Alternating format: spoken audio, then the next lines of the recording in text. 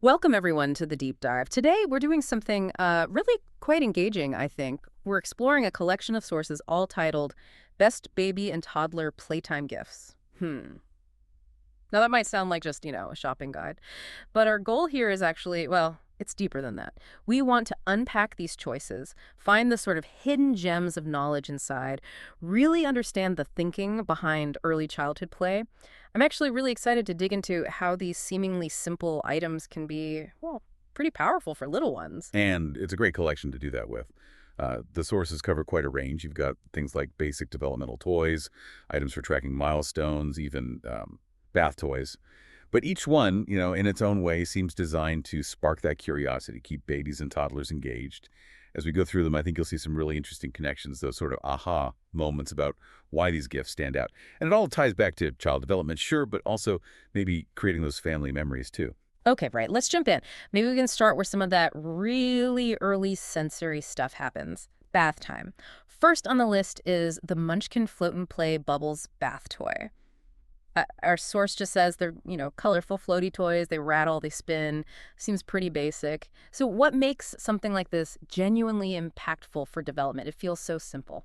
Well, that simplicity is kind of the key, isn't it? Yeah. What's fascinating is how these little bubbles turn bath time, which is, a routine, into this, like, controlled sensory playground. Okay. They're not just splashing around. They're tools, really well-designed ones, for exploring senses in a focused way. Yeah. You've got the rattle sound, the bright colors, how they feel when the baby grabs them. All that sensory input comes together, but it's contained, so it's not overwhelming. Ah, I see. Exactly. It helps to build those connections, visual, auditory, tactile, strengthening neural pathways. It turns a chore into this little discovery session, learning cause and effect, too. That really does reframe a simple bath toy. Okay, moving on from pure play. Some items seem more about marking time, those social emotional milestones like the baby blanket with milestone numbers. The description is ultra soft, perfect for monthly milestone photos.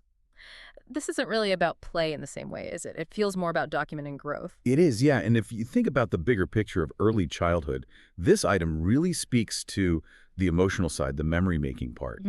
So while it's not a toy they, like, interact with directly in the same way, it supports this ritual.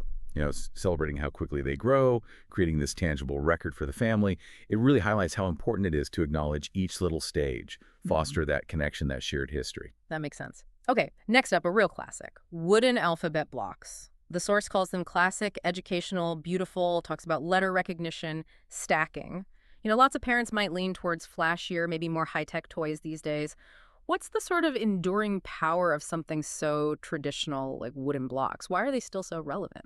That's a great point, and it touches on something really important, the value of open-ended play. Open-ended. Yeah. Yeah. Unlike toys that have a very specific function, blocks don't tell the child how to play with them.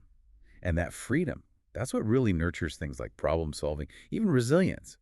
A child might stack them, that's fine motor skills, hand-eye coordination, or sort them by color, maybe size, that's early classification, or eventually start noticing the letters, maybe try to make simple words. Right. It encourages spatial thinking, even basic engineering ideas, all through their own exploration. It's incredibly versatile learning. Okay, from classic simplicity to something that looks like pure, energetic fun.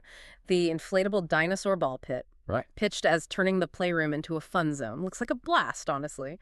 But I can imagine some parents thinking about the chaos, maybe safety concerns. What are the developmental upsides here that make it valuable? It definitely brings the fun factor, but developmentally, it's actually quite profound. It provides really important proprioceptive input. Proprioceptive. Yeah, that's your sense of where your body is in space.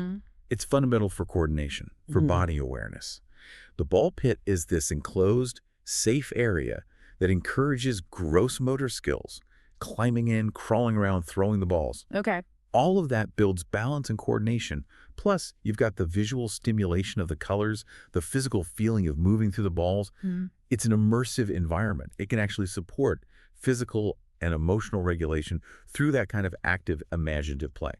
Interesting. Okay, sticking with sensory engagement, we have baby touch and feel board books, described as having lots of textures, flaps, bold colors, designed to keep a one-year-old engaged. Yes, these are absolutely fundamental, critical for early literacy and that multisensory integration we talked about. The textures, the flaps, they're not just gimmicks. They encourage fine motor skills, like the pincer grasp, which is so important. Right. And they introduce concepts like object permanence. Yeah. Something is still there even when you can't see it.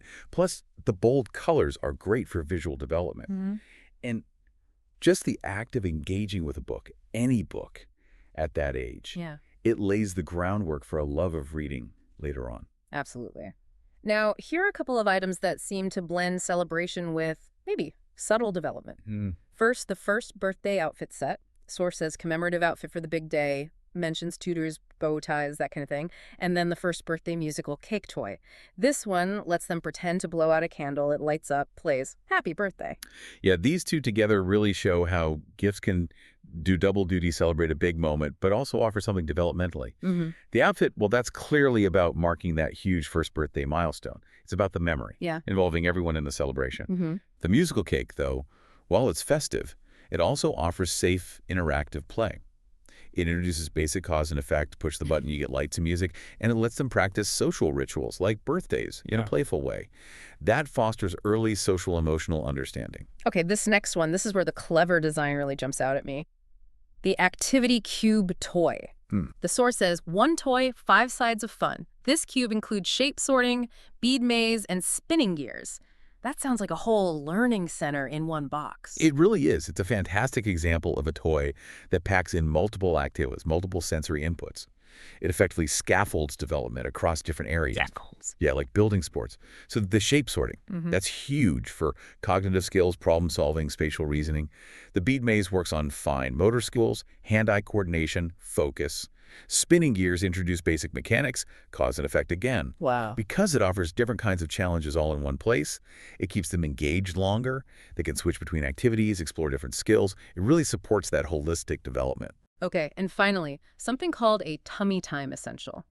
It's the Glow and Discover light bar. Plays sounds, glows, introduces colors, animals. Tummy time is so crucial and often not very popular with babies, right? This sounds like it might help. Oh, definitely. This is a perfect example of how smart design can support a really critical developmental stage. Tummy time is absolutely vital. It strengthens neck muscles, core muscles. Those are the precursors to rolling, crawling, eventually walking. Right. But yeah, it can be tough. So this light bar makes it way more appealing. It provides that visual stimulation with the lights and colors, auditory with the sounds, and even some early cognitive input introducing animals. It basically transforms what can feel like a struggle into something interactive, purposeful, and hopefully more fun, encouraging longer, better tummy time sessions. So when we pull back and look at this whole collection, this deep dive into the best baby and toddler playtime gifts, it really becomes clear how these choices blend, fun, safety, and that crucial developmental support. Think about the Munchkin bath bubbles turning bath time into playtime. Or the milestone blanket capturing that incredible growth, becoming almost like a family keepsake. And the wooden blocks, seeming so simple, but actually laying groundwork for motor skills, problem solving, spatial stuff. And we saw how important those multifaceted toys are, like that activity cube, 5 different ways to engage shape sorting for thinking skills, bead mazes for fine motor. It keeps them exploring. Exactly. Or the Glow and Discover light bar, specifically targeting tummy time, making a necessary exercise, engaging with lights and sounds. Even the birthday items, the outfit and the musical cake, they're about celebrating, yes, but also creating memories and offering safe, interactive play that touches on social skills. It really makes you stop and think, doesn't it? What these specific gift choices tell us about how babies and toddlers' needs and interests change as they grow, how deeply play and learning are connected. Absolutely. It leads to that final thought, perhaps. What can these seemingly simple playtime gifts, these specific selections, what can they really teach us about the subtle but pretty profound ways kids learn and engage with the world in those first few years? And maybe, how can understanding the why behind these choices deepen our own appreciation for, well, the quiet magic of childhood development?